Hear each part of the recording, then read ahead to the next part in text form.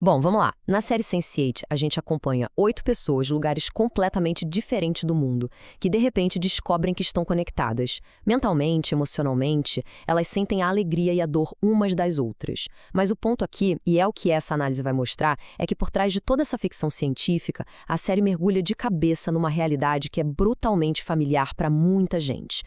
E para a gente entender o peso disso, vamos começar com um dado olha, é um suco no estômago. Por 14 anos consecutivos, o Brasil tem sido o país que mais mata pessoas transexuais no mundo. É um número que força a gente a olhar para a realidade muito além da tela.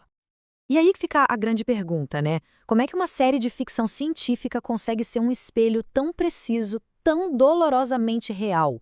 Como os dramas que a gente vê na tela refletem as feridas abertas da homofobia e da transfobia que existem aqui fora na nossa sociedade. É isso que a gente vai desvendar agora. Para entender isso a fundo, a gente vai se concentrar em 3 pontos principais, olhando bem de perto a história de 2 personagens que são chave para essa discussão, a Naomi Marks e o Lito Rodrigues. A gente vai falar sobre a luta pela identidade, o preço do sucesso e onde é que nasce o preconceito. Então, vamos começar pela Naomi Marks. Ela é uma mulher trans, uma hacker que vive lá em São Francisco. E a história dela, gente, é um retrato perfeito do que a pesquisa acadêmica chama de vulnerabilidade pelo abandono familiar. É um nome técnico, mas que descreve uma violência silenciosa, sabe? Mas que é, nossa, devastadora. Tem uma cena na série que é de arrepiar e que a análise destaca bastante. Acontece no hospital. A Nomi está internada, super vulnerável e a mãe dela chega. Só que, em vez de dar apoio, de acolher, ela se recusa a reconhecer a Nomi como mulher, insistindo em usar seu nome de nascimento. E aí vem a frase, que é um verdadeiro golpe. O nome verdadeiro dela é Michael.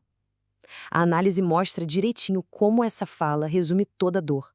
A dor de ter sua identidade negada pela pessoa que mais deveria te amar e acolher no mundo. E olha, isso não é só drama de TV, tá? A pesquisa dá nome para isso, vulnerabilidade pelo abandono familiar. E o que isso significa na prática? Significa um isolamento tão grande que afeta tudo. A segurança da pessoa, a capacidade de se integrar na sociedade, porque ela foi privada daquele apoio afetivo que é, assim, a base de tudo. E as consequências desse não reconhecimento são brutais.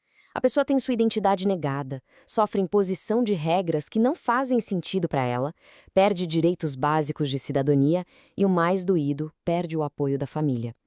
Por isso que muitos, assim como a Nomi na série, acabam encontrando refúgio na internet.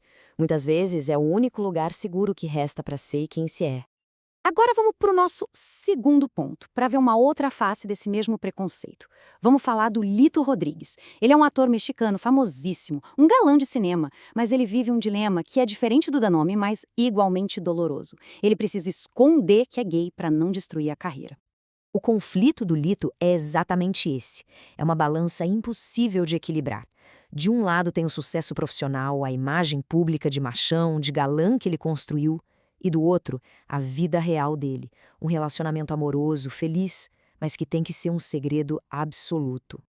A gente sente a angústia dele, né? E o estudo que a gente está usando de base mostra que o medo do Lito não é exagero, é um medo muito real, porque se ele se assumisse, ele corria o risco de perder tudo que ele construiu com tanto esforço, não só o emprego, mas todas as conexões humanas que o trabalho dele trazia. E, como eu disse, o medo dele tem fundamento, e muito. A pesquisa documenta as várias formas que essa discriminação no ambiente de trabalho pode tomar. A gente está falando de piadinha depreciativa, de assédio moral, de ver o crescimento profissional barrado, até o risco real de ser demitido. E tudo isso por quê? Simplesmente por ser quem se é. Então, o resumo da ópera é o seguinte: muitos ambientes profissionais ainda punem e muito quem não se encaixa naquele padrão dominante que a gente conhece. É um sistema que, no fim das contas, força uma escolha cruel para pessoas como Lito, ou o sucesso, ou a autenticidade. Bom, isso tudo leva a gente para a nossa terceira e última parte. Onde é que esse preconceito todo nasce? Porque, né, ninguém nasce preconceituoso. Isso é algo que se aprende, que é reforçado. E muitas vezes a escola é o primeiro grande palco desse drama, como a série mostra num flashback da infância da Nomi. Nessa cena, a gente vê a Nomi, ainda criança, sofrendo um bullying. Nossa, um bullying violentíssimo dos colegas. É uma cena pesada, brutal, que mostra como essas feridas começam a ser abertas desde muito, muito cedo. E, de novo, A pesquisa acadêmica vem para confirmar o que a ficção mostra. Tem uma citação de um pesquisador, o Junqueira, que diz que os estudantes aprendem a mover as alavancas da homofobia mesmo antes de terem a mais vaga noção do que elas significam. Ou seja, é um comportamento aprendido. Vira um jogo de poder que deixa marcas para a vida toda. E o estudo chama esse fenômeno de pedagogia do armário. O que é isso? É basicamente um sistema educacional que ignora a diversidade, que reforça o tempo todo o padrão heteronormativo. Ao fazer isso, a escola acaba ensinando o preconceito, seja por omissão, seja pela falta de ação. E assim, um lugar que deveria combater o preconceito acaba perpetuando o silêncio. Mas olha só, se o isolamento é a grande arma do preconceito, Sense8 mostra qual é a resposta para isso: o poder do nós. A série deixa muito claro que a empatia, que a experiência compartilhada são um verdadeiro antídoto.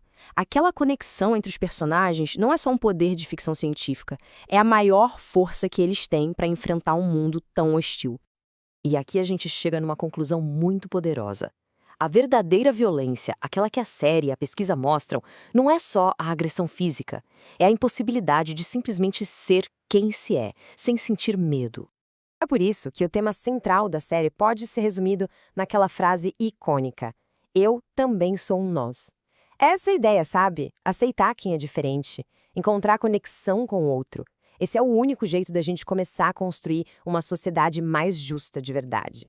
Para a gente fechar, fica aqui uma reflexão. Essa análise toda de Sense8 mostra o poder que uma boa história tem. Então a pergunta final é essa: de que formas a ficção pode nos ajudar não só a enxergar, mas quem sabe até a transformar a nossa própria realidade?